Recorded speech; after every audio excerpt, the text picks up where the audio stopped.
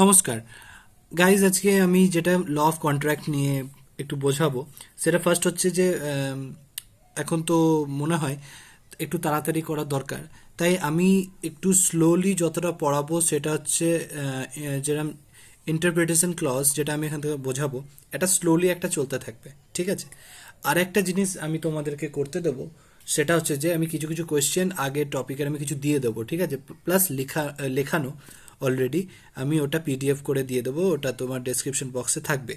So ওখান থেকে collect করে ওটা অলরেডি পড়তে থাকবে, তাহলে তাড়াতাড়িও ওটা চলবে, ওই বিষয়ে তুমি জানতে পারবে। আর কলেজ অলওয়েজ একটু আগে চলে, সো ওটাও পড়তে থাকবে আর এটাও দেখবে। তো ফার্স্ট যেটা হচ্ছে যে আমরা যে কন্ট্রাক্টটা বুঝি সেটা হচ্ছে যে অফার। হুম। তো অফার বা প্রপোজাল ইটস মিন একটা প্রস্তাব দেওয়া, ওকে। প্রপোজাল তো সবাই বোঝোই নিশ্চয়ই। তো এখানে ফার্স্টে একটা জিনিস আমি তোমাদেরকে বলে রাখি, ভয় পাওয়ার কোনো দরকার নেই। অনেকে বেঙ্গলি মিডিয়াম থেকে বিলং করে, তার মানে এই যে ইংলিশটা খুবই ডিফিকাল্ট, বাট এটা নয়। আমি নিজে আগে ভাবতাম, আমিও একটা বেঙ্গলি মিডিয়ামের স্টুডেন্ট, বাট ইংলিশ এত ভয় পাওয়ার কিছুই নেই। ইজিলি 10% আমার সঙ্গে থাকো, 10% পড়ো, 10%-এর পর নিজে নিজেই ফটফট করে ইংলিশ বলবে, ওকে। সো প্রথম হচ্ছে যে ফার্স্ট হচ্ছে এখানে দেখো বলেছে প্রপোজালটা কি। তো আমি জাস্ট এটা বলে দিই তোমাদেরকে, সবার কাছে বেয়ার এক তো অ্যাভেলেবেল হবেই। When one person signifies to another his willingness to do or to abstain from doing something by anything with a view to obtaining the assent of that other to such act or abstinence is he is said to make a proposal. এটা খুবই দারুণ ল্যাঙ্গুয়েজে এটা লেখা, যদি এটা লিখতে পারো তো খুবই ভালো। একটা পার্সন সিগনিফাইজ মানে হচ্ছে এক্সপ্রেস, মানে হচ্ছে প্রকাশ করা। ওয়েন ওয়ান পার্সন, যদি এটা সিগনিফাইজ না লিখে এক্সপ্রেসেস টু অ্যানাদার, এটাও লিখতে পারো, যেটা ল্যাঙ্গুয়েজ তোমার সুবিধা হবে, যে ওয়ার্ড তোমার ইজি হবে। তো এখানে লিখবে when one person signifies his to another, মানে অন্যকে তার ইচ্ছা, হিজ উইলিংনেস টু ডু, তাকে ওই কাজটা করতে, মানে এখানে বোঝাতে এটাই চাইছে, আমি একটা প্রস্তাব দিলাম তোমাকে, ধরো সেই কাজটা আমার দরকার, কিন্তু আমি চাইছি ওই কাজটা তুমিও করো, মানে আমি আমার ফোনটা তোমাকে, আমি চাইছি তোমাকে বিক্রি করে দেবো, এবার আমি চাইছি তুমি যাতে ওটা কেনো। হুম। তো আমার এখানে ইচ্ছাটা কি, যাতে তুমি ফোনটা কেনো, তার জন্য আমি একটু তোমাকে লোভ দিচ্ছি, এই দিচ্ছি, এটা একটা প্রপোজাল বা অফার, আমরা এটাও বলতে পারি। এখানে দেখো লেখা আছে অ্যাবস্টেন ফ্রম ডুইং এনিথিং, মানে কিছু করা থেকে বিরত থাকা। মানে কিছু কিছু তো হয় না যে আমি এটা কিনবো, তার মানে এখনই কিনছো না, তুমি বলে দিলে পরে কিনলে, এরকম টাইপের অ্যাবস্টেন মানে কিছু করা থেকে বিরত থাকা বা কিছু করা with a view to obtaining the accent of that other. Accent মানে হচ্ছে এখানে সম্মতি। তো কেউ যদি তার ওপর মানে তার সম্মতিটাকে পেতে, with a view to obtaining the accent of that other two such act, ওই অ্যাক্টে আমি যেটা চাইছি, আমি যেটা তোমাকে উদাহরণ দিলাম সেটাই, he is said to make a proposal. এটা খুব ভালো ওয়ার্ড, সবসময় কোনো ডেফিনেশনের ক্ষেত্রে লাস্টে যদি বলতে পারো he is said to make a proposal, এখন যদি বলি ইজ কল্ড অ্যাজ প্রপোজাল, মানে একটা এটা খারাপ লাগে দেখতে, কিন্তু এখন যদি বলি he is said to make a proposal, এটা ওয়ার্ডটা খুবই ভ্যালুয়েবল ওয়ার্ড। সো সবসময় ডেফিনেশন লেখার চেষ্টা করবে, he is said to make a proposal, যে এটাকেই বলতে চাইলে যে এটা একটা প্রপোজাল। তো এটা একটা সুন্দরভাবে মিনিংফুল এটা এলো। তো এটা একবার মুখস্থ করে নেবে। তারপরে when the person to whom the proposal is made signifies his assent thereto, the proposal is said to be accepted. A proposal when accepted becomes a promise. সোজাসুজি কথা, একটা প্রপোজাল যখন আমার আর তোমার মধ্যে হলো, এই যদি সেন্টেন্সটা তোমার কঠিনও মনে হয়, লেখার কোনো দরকার নেই, কোনো বাধ্যতামূলক নয়। স্যারদের টিচাররা যদি বলে একদম বেয়ার অ্যাক্ট হুবহু লিখতে হবে, ওরম কোনো মানে নেই। আমি দেখো তোমাদের মতনই একটা 5th ইয়ারের স্টুডেন্ট, আমি কিছুদিন পর বা 1 ইয়ার পর বা এই 6 মাসের মধ্যে আমি কিন্তু কোর্টেও প্র্যাকটিস করতে থাকবো, তাই আমি জানি যে কতটা দরকার। সো এরম বলে, কিন্তু এরকম কিছু মানে নেই যেটা আমি ভুল করেছি সেটা তুমি করো না। হুবহু মুখস্থ করার কোনো দরকার নাই। একটা প্রপোজাল মাথায় রাখবে, একটা জাস্ট একটা তুমি যে এটা মানে সঙ্গে এটা হয় ওটা হয়, এবার তুমি সেটাকে ইংলিশে নিজের মতো করে লিখতে পারবে। তো লিখবে এখানে যে a proposal when accepted becomes a promise. তাহলে এটা হচ্ছে আমি পড়াচ্ছি, এটা ইন্টারপ্রিটেশন ক্লজ 2 সেকশন 2, আর ক্লজ হচ্ছে এবিসি, এই যে এ বি সি সব লেখা আছে, এগুলো একটা শুধুমাত্র একটা সিরিয়াল নাম্বার নয়, এটা একটা হচ্ছে ক্লজ, ঠিক আছে। ওটা হচ্ছে সেকশন 2 বিটা হচ্ছে clause two, clause two, clause সিটা হচ্ছে ক্লজ থ্রি, ঠিক আছে, ক্লজ সি, এরকম ভাবে লিখবে। তার মানে যে ধরো তোমাকে বললো প্রপোজালের যদি ডেফিনেশন চাই, তাহলে তুমি সেখানে বলতে পারবে যে সেকশন টু ক্লজ এ, এরম ভাবে লিখতে হবে, according to the section two clause A দিয়ে এবার তুমি শুরু করবে। এটা তো সুন্দর লাগে দেখতে। তো এখানে বললো যে প্রপোজাল যখন অ্যাকসেপ্ট হয়, আমি টোটালি ভালো করে মিনিংটা ভালো করে বুঝিয়ে দেবো। তারপরে বলছে ক্লজ সিতে দেখো, the person making the proposal is called the promisor and the person accepted the proposal is called the promisee. Obviously offeror হতে পারে, অফারি হবে। তো সেখানে প্রপোজার, ইয়ে কি বলছে এখানে, প্রমিসার, প্রমিসি, এটা কোনো ডিফিকাল্ট ওয়ার্ড না, সব জায়গায় তুমি এটা ইউজ করতে পারো। আর এই সংজ্ঞাটা খুবই ইম্পর্টেন্ট, সেটা হচ্ছে কনসিডারেশন। তো হোয়াট ইজ কনসিডারেশন, এটা খুবই ইম্পর্টেন্ট আর খুবই ইজি ল্যাঙ্গুয়েজে লেখা।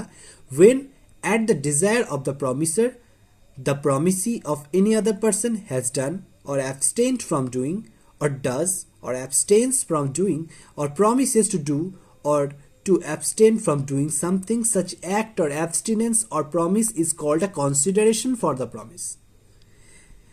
একটা প্রমিসারের যা ইচ্ছা অনুযায়ী যদি কোনো প্রমিসি কিছু করে থাকে বা কিছু করা থেকে বিরত থাকে, বা করলো বা করা থেকে বিরত থাকলো, প্রমিসেস টু ডু, প্রতিজ্ঞা করলো যে করব, মানে প্রতিজ্ঞা করলো করবে, বা অ্যাবস্টেন ফ্রম ডুইং, বা সেটা করা থেকে বিরত থাকবে, মানে কিছুক্ষণ পরে হলেও করবে, এরকম একটা প্রমিস একটা সে করলো সামথিং, সেই সাচ অ্যাক্ট অর অ্যাবস্টিনেন্স বা অর প্রমিসকেই বলা হচ্ছে একটা consideration for the promise.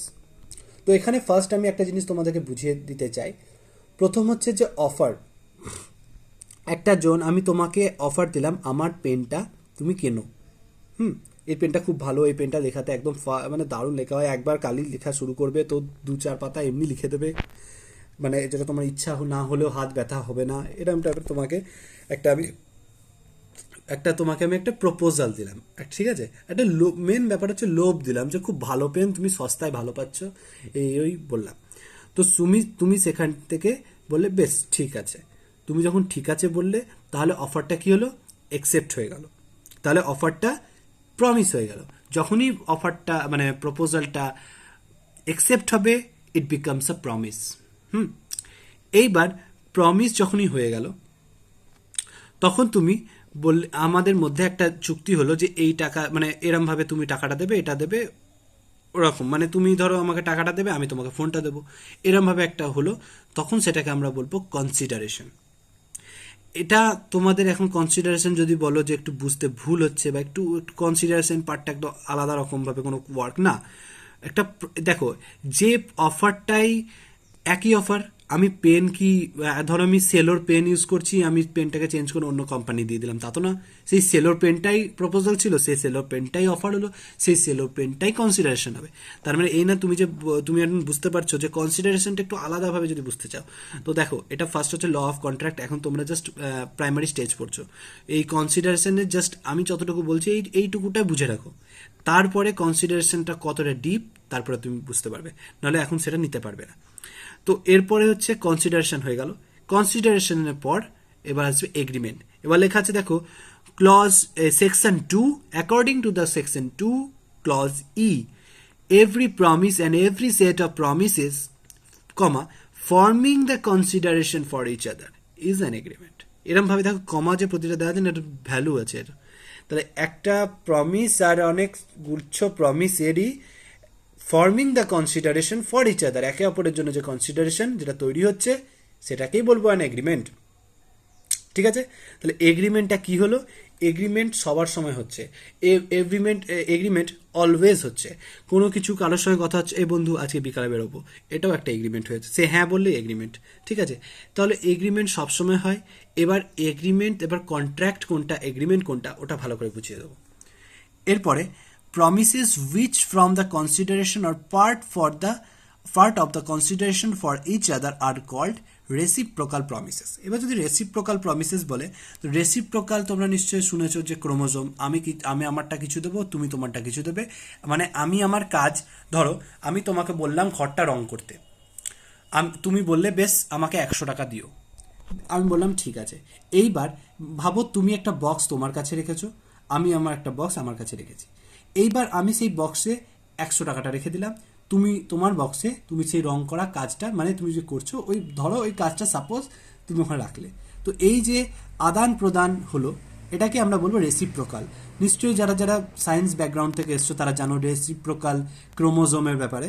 Same একই কাজ করে, একে অপরের যে কাজটা সেটাকেই রেসিপ্রোকাল বলছে। এটা নিয়ে মাথা ঘামানোর কোনো দরকার নেই, এটা অত ইম্পর্টেন্টও নয়। তারপর হচ্ছে an agreement not enforceable by the law is said to be void. একটা এগ্রিমেন্ট, মেন হচ্ছে এগ্রিমেন্টকে যখন আমরা আইনের জামা পড়াবো, means which is when it is enforceable by the law, then it call be a contract.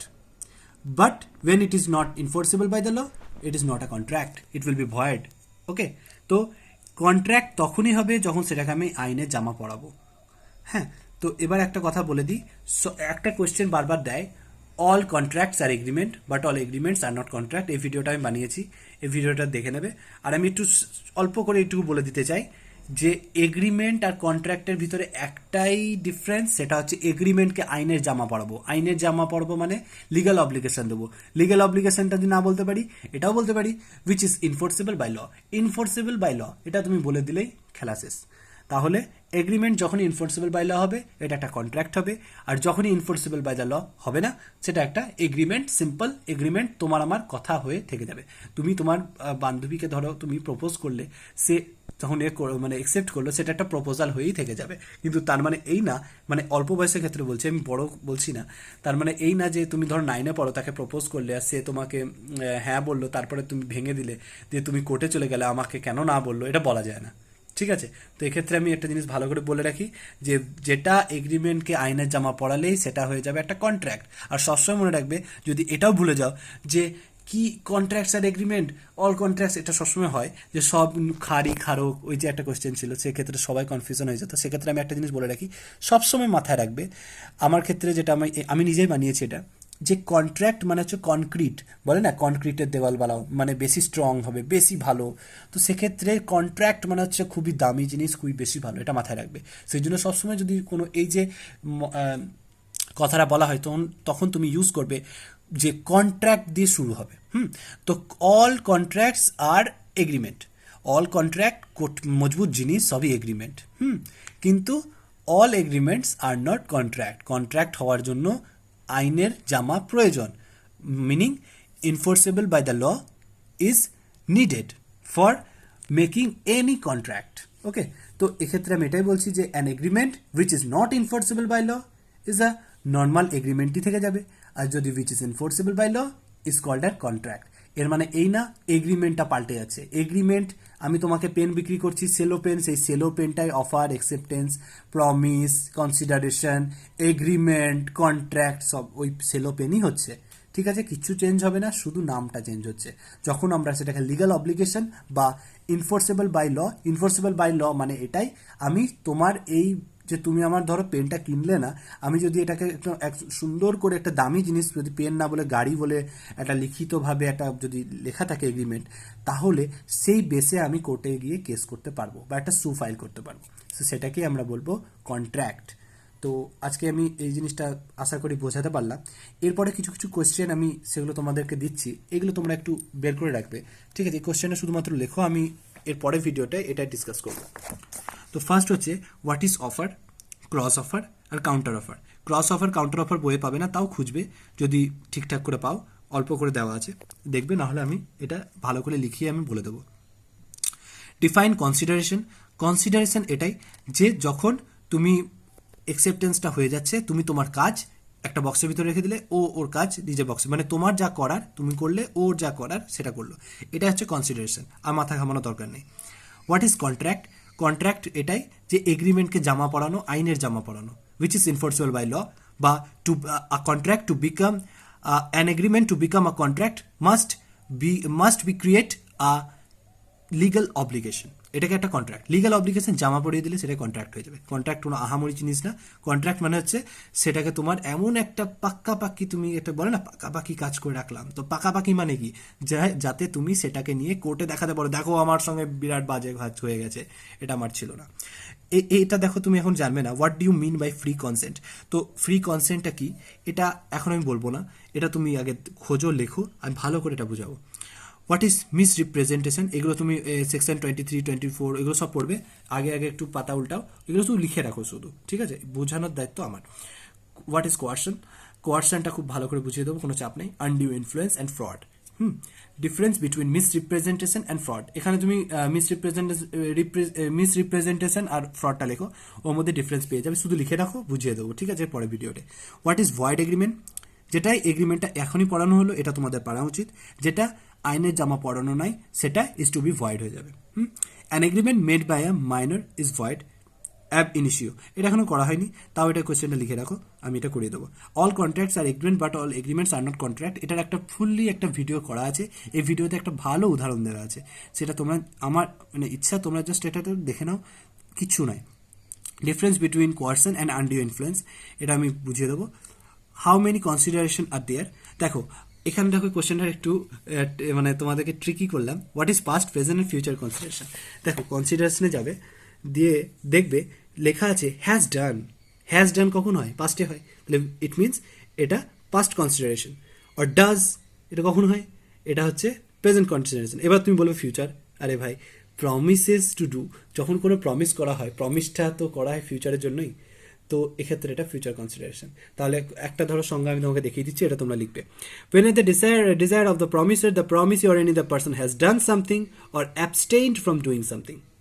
Such act or abstinence or promise is called a consideration or a past consideration for the promise. এবার যখন এটাকে future বলবো তখন শুধু promises to do করবে আর abstain from doing করে দেবে। তো এরমভাবে এটা লিখবে।